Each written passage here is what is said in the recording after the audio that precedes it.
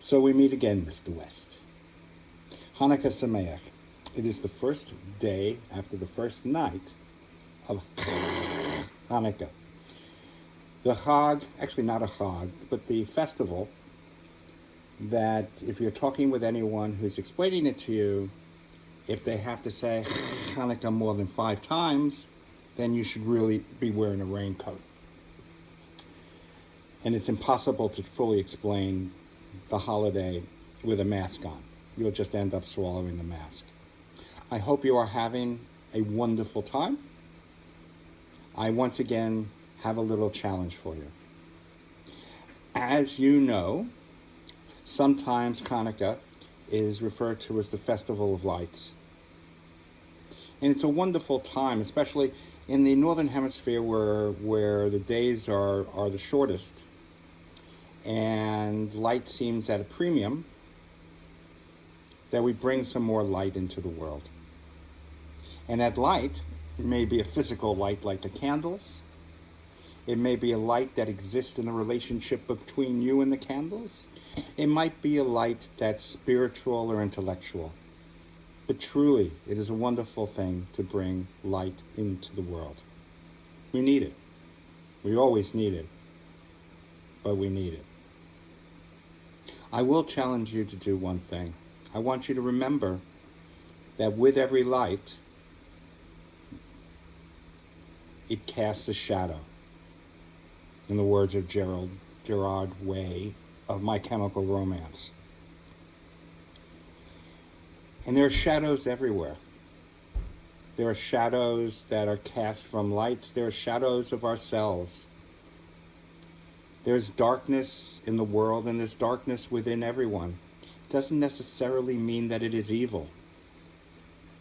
To be dark, spiritually speaking, and especially physically speaking, does not destine one for anything less than greatness and goodness.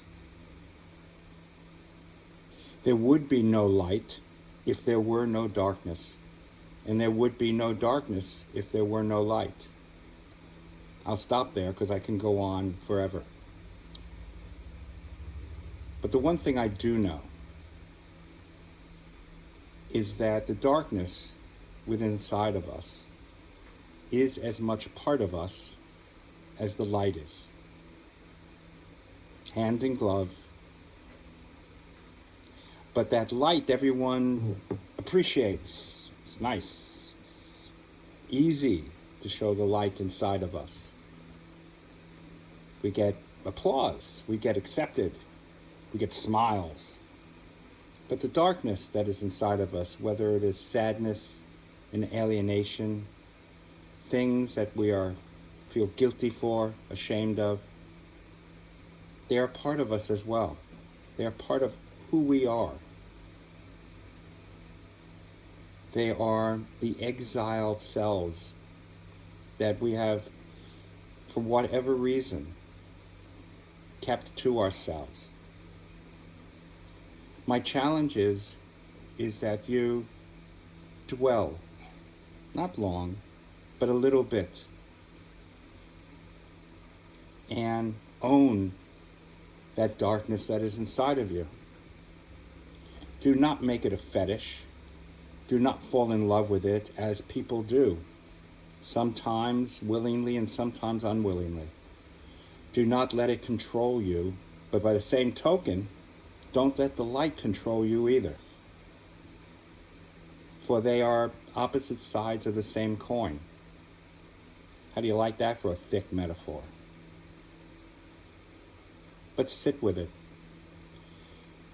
For that part of us that sometimes resides in the darkness, that has been closeted for many different reasons, some of which have nothing to do with us, and certainly has nothing to do with evil or badness. Those parts of us are isolated and lonely and deserve our care. So if you can share with someone you trust, share with someone you trust. Come out of the closet about it.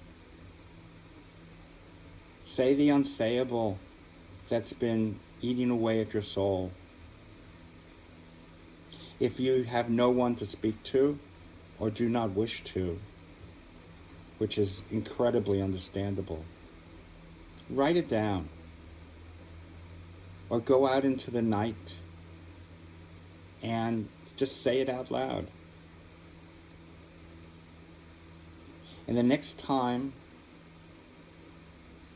you look at your Hanukkah with those beautiful candles burning and the flames and the light, look beyond that light to the shadow on the wall and understand that it is Hanukkah for that shadow as well. And with some help and a Hanukkah dedication, there are parts of us that we can bring back from exile and bring out of those shadows.